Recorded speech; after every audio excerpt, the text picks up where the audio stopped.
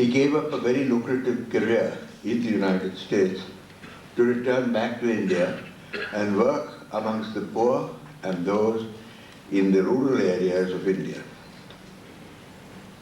Dr. Rajvanshi has used the internet very widely and has developed and patented many processes. The chief amongst them is the use of Nuri, which is a stove which can run on kerosene, ethanol, anything that burns, any liquid that burns.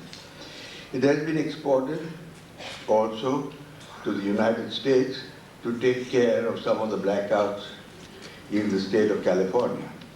So here we have a person who is essentially, shall I say, an Indian engineer who has been able to export his knowledge and his know-how all over the world.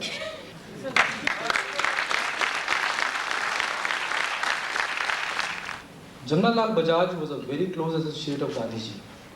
To my mind, Gandhiji's ideas are more relevant today than ever before, especially his philosophy of self-reliance and decentralization. Since the lifestyle in Western countries is unattainable, we should try to develop an alternative lifestyle in India. I think a lifestyle based on maxim of simple living and high thinking is a possible choice. Thus, our ancient philosophical thought should be used to temper our greed for resources and energy. Gandhiji showed us a way where, in this model, with his minimum energy that he used to use, he created one of the highest quality of life, highest quality of thought. This has been the tradition of our ancient and great saints of this country. The Gandhian energy model is difficult to achieve, but we can strive for it. I also believe that all the societies in the world will eventually evolve according to this energy efficient model.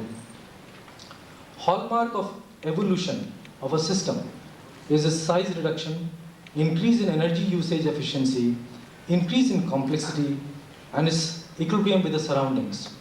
All these lead to sustainable systems. Societies evolve depending upon the quality and quantity of energy passing through them. Sustainability demands that future sources of energy should be in distributed form. Following this approach, we can think that the future of all societies will be decentralized, high technology dependent, and rural based. India is already a decentralized and rural based society. Rather than going the way of a megacity based development model, it is better to arrest this trend by introducing high technology systems in rural areas and make them sustainable. Probably this was the dream village of Gandhiji. He always spoke about dream village, my dream village, and I think this is what probably he might have meant. These rural areas, connected via the internet, will form the basis of decentralized society. Intelligent and smart machines with strong man-machine interaction may power the future production systems of rural India. Gandhiji's vision was similar, except that he wanted a system to depend upon human labor only.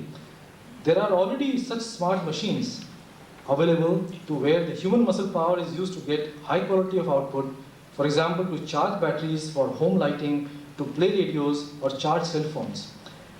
The inputs to these smart machines will be materials, energy, and human intervention. Such smart and small-scale manufacturing systems, also called desktop manufacturing systems, which are coming in the Western countries, will probably become available in the next 10 to 20 years and may form the backbone of a multi-purpose factories in rural India. Sustainability is like a chair. Its four legs can be thought of 4 E's, namely energy, economics, environment, and equity. All 4 legs have to be equal for comfortable sitting and interconnected to provide stability. The base has to be of the right size. Too big a base will make the chair sag. Too small will make it untenable. For a sustainable Indian society, taluka seems to form the right size.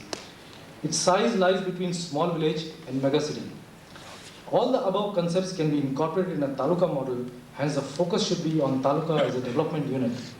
With taluka level decentralized energy systems in place, they could either be based on biomass or any other renewable energy. There are possibilities of this model forming a basis of decentralized high technology societies. Our own institute's work, which we have done a lot of it, has shown for Fulton Taluka, where I stay, that it has enough biomass as a byproduct of food production to produce from it all the energy needs of electricity, liquid and gaseous fuels via high technology conversion systems.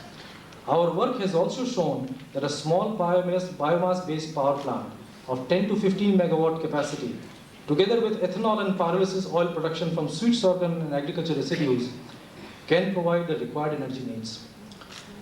An input of rupees 100 crores for these systems can provide 30,000 jobs and give Taluka a net income of rupees 200 to 300 crores per year, thereby stopping the exodus of rural population to urban areas.